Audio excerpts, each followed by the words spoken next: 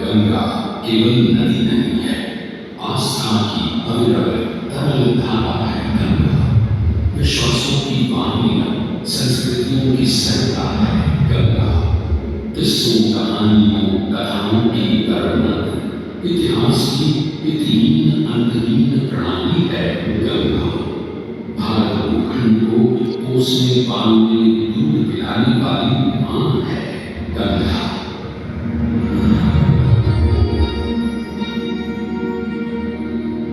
इस जीवनदायिनी मां का, गंगा मैया का जन्म कब, कहां, कैसे हुआ जानते हैं ना?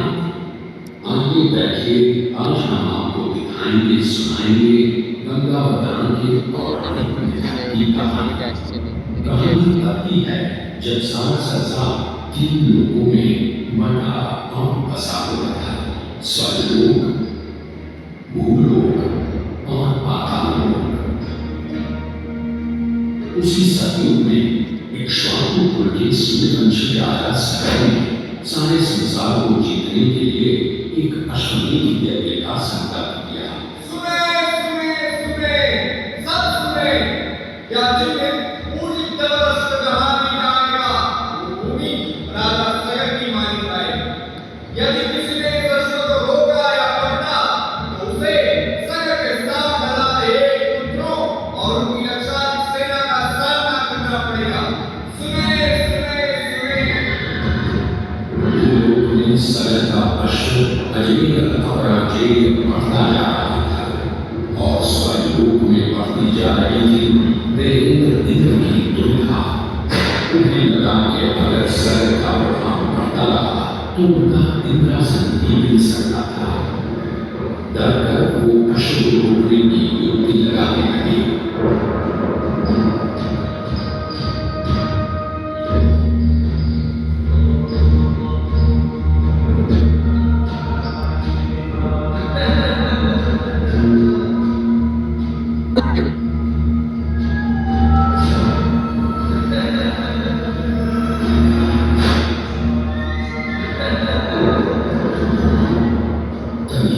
घोड़े की रक्षा को निकले 60,000 सगर पुत्र वहां आ पहुंचे।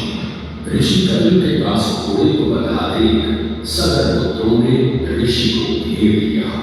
आपकी होगी छठी, हमारा अश्व चुराकर साधना का नाटक कर रहा है उनकी सन्यासी। अपना अश्व तो हम ऐसे ही ले सकते हैं, किंतु अश्वमेध का अश्व बांधने वाले को दंड देना हमारा धर्म है। आंखें खोल। यदि कपिल ऋषि ने खोल दी आंख तो तपस्वी जो आग से तुम सब हो जाओगे राम। सूर्य के वंशजों को आग से डराना है मूर्ख। अगर तूने तुरंत आंख न खोली तो अभी मेरा दम भीतर तेरे घर से अलग करता हूँ। घोड़ा छोड़।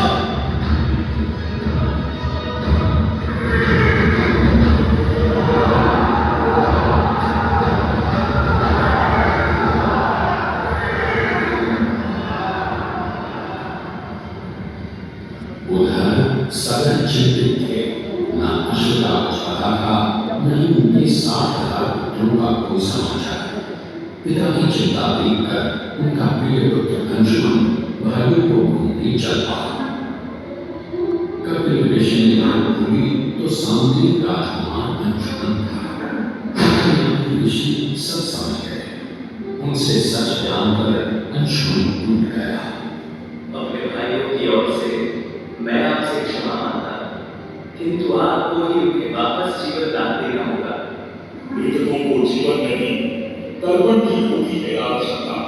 मृत्यु का विनाश कोई नहीं कर सकता, किंतु मेरे भोग की योगाग्नि से समस्त लोगों का आसान नहीं होगा तर्पण। गंगा जल, केवल गंगा जल ही करेगा मुक्त उन्हें, जो भस्म हुए तेरे बंधन।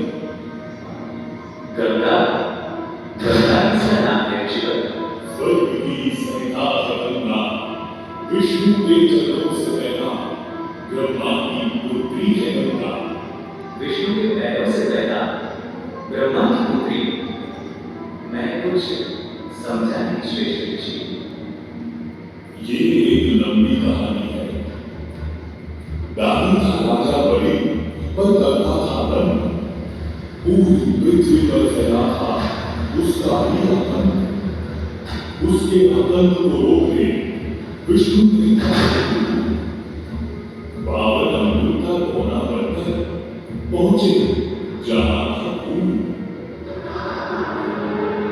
सारे दरबारी कौमी ब्राह्मण पर हंसे, पर बलि ने जब उसे दान मांगने को कहा तो उसने कुटिया बनाने को केवल 3 बार ही मांगी। पर जब कौमी ब्राह्मण ने भूमि नापनी शुरू की तो जैसे भूचाल ही आ गया।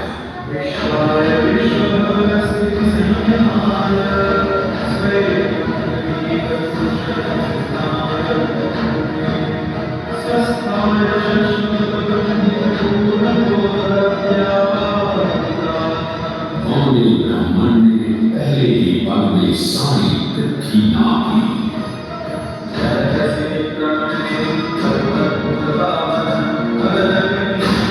वामन ने दूसरा पल जब स्वर्ग में रखा तो ब्रह्मा ने उनके चरण धोए।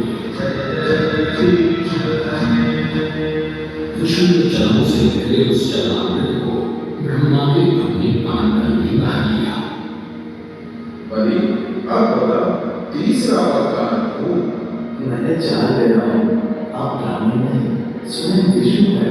आप अपना तीसरा चरण मेरी सत्ता रखिए ब्राह्मण देवी।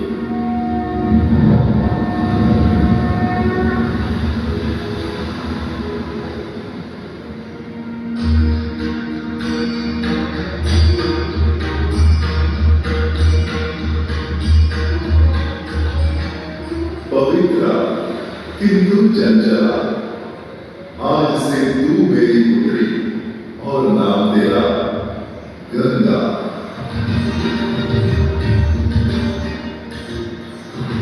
पुत्री पाकर ब्रह्मा बड़े प्रसन्न थे। तभी स्वर्ग में आना हुआ ऋषि दुर्वासा का। बेचारी बालिका गंगा, उसे कहाँ पता था दुर्वासा का क्रोधी स्वभाव। चंचला गंगा, स्वर्ग में भंग करना है ऋषि दुर्वासा का काम। तो तू भूलोक में जा, वही पतित पृथ्वी है अब तेरा स्थान। क्षमा क्षमा ईश्वरी, गंगा है हमारी करो। कैसे झेल पाएगी वो आपका श्राप और क्रोध।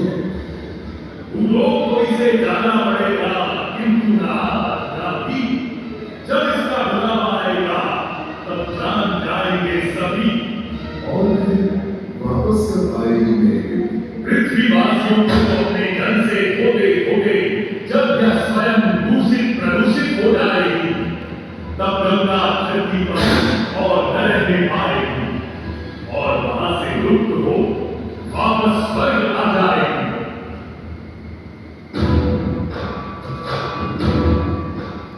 अंशुमन को अपने भाइयों के तर्कों के लिए गंगा को लाने का बहुत मन था, किंतु किसी को राजधन भी तो दिखाना और राह भी चलाना था। देखते देखते 7 पीढ़ियां गुजर गए और 7 पुष्पों के बाद राजकुमार राजा बनने से साफ इनकार कर दिया।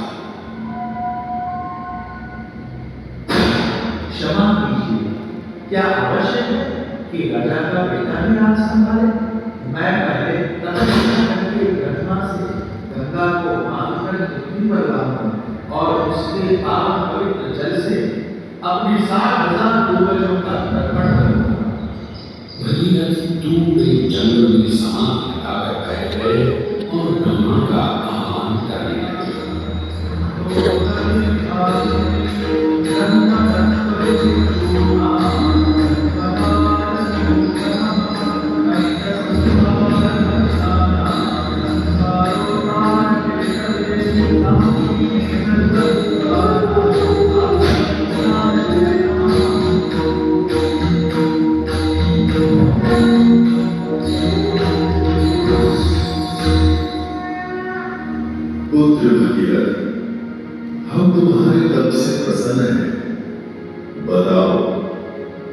आशीर्वाद चाहिए।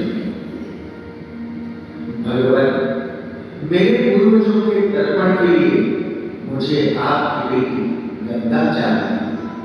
ब्रह्मा समझ गए कि गंगा के पृथ्वी पर जाने और धरतीवासियों का कल्याण करने का समय आ चुका है, पर उन्होंने एक चेतावनी दी और कहा कि यदि गंगा स्वर्ग से सीधे धरती पर गिरी तो सारी धरती ही नष्ट हो जाएगी और पृथ्वी को जीते हुए गंगा सीधे पाताल में पहुंच जाएगी।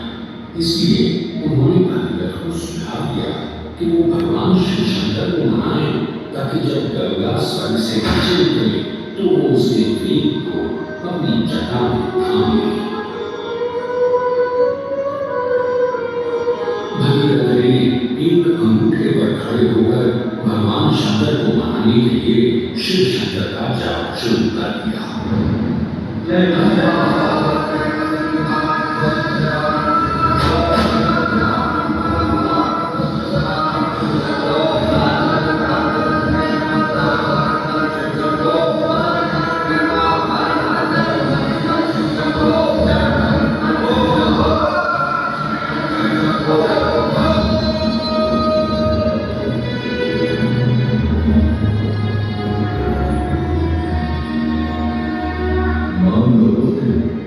कोई भी वर्ण ना हो आज।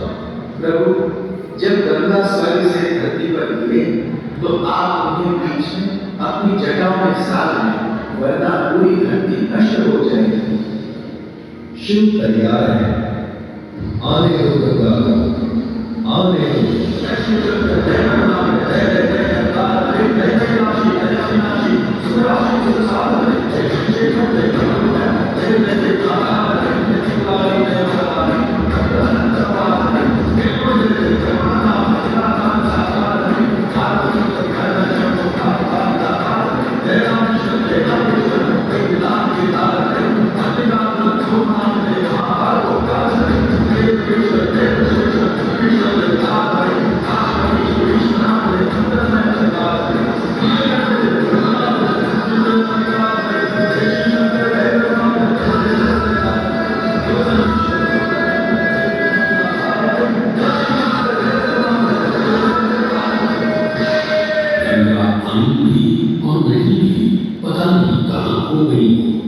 जब पूरा एक साल बीत गया तो भगीरथ ने शिव जी से पूछा।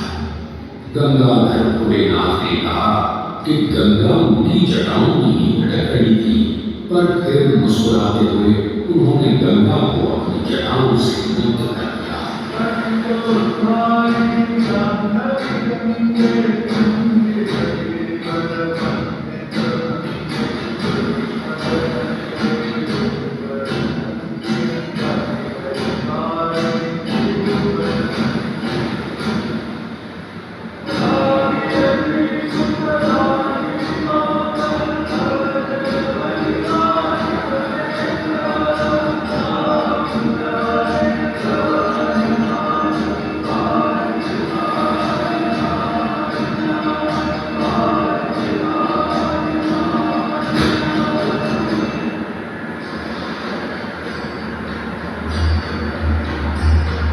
गंगा ने भगीरथ के साथ गंगा सागर जाकर सगर के भक्तों का उद्धार किया और साथ वो भारत की सबसे महत्वपूर्ण नदी बन गई, जिसका भारत के जीवन में धार्मिक, आर्थिक, सामाजिक, ऐतिहासिक विधान अनंत है। गंगा के 2,500 किलोमीटर के सगर के बीचों बीच बसा है बनारस। यहाँ आकर गंगा में दिशा ढूंढकर उत्तर वाहिनी हो जाती है और अक्सर पाठ बदलने वाली गंगा ने आज तक कभी बनारस का दामन नहीं छोड़ा है।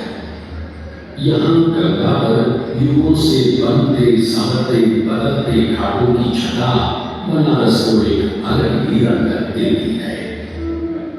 लगी गंगा में कायम सदियों से ये पुरबहार, हर घड़ी ददमंद का ये शहर है दारोमदार।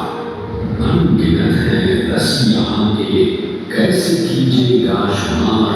आइए एक बार काशी, गंगा की ये है